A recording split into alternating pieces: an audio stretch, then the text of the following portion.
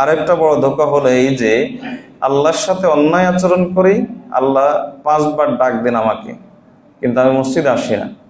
তো আমি চাই যে আমার সবকিছু মন মতো হইতে হবে, আমার রিজিক ঠিক থাকতে হবে, আমার ঘর বাড়ি ঠিক থাকতে হবে, আমার চাকরি ঠিক থাকতে হবে, আমার ব্যবসা বাণিজ্য ঠিক থাকতে হবে।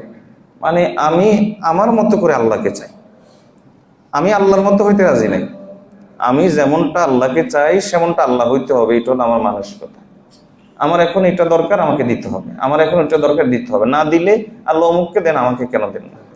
মনে রাখবেন যে এই জাতীয় আচার আচরণ যাদের মধ্যে পাওয়া যায়, আল্লাহর কাছে পানাহ চাই। আমাদের বড়রা বলেন, তাকদীরের উপর, আল্লাহর ফয়সালার উপর যার সন্তুষ্টি নাই, গুনাহ ছাড়তে রাজি নাই, কিন্তু নেককারের মতো আচরণ আল্লাহর কাছে চায়, এরকম যারা হয় এরা শেষ পর্যন্ত আল্লাহর অহংকারে এমন ভাবে আঘাত করে, শেষ পর্যন্ত এরা বেঈমান হয়ে মারা যায়। আল্লাহর কাছে পানাহ চায়।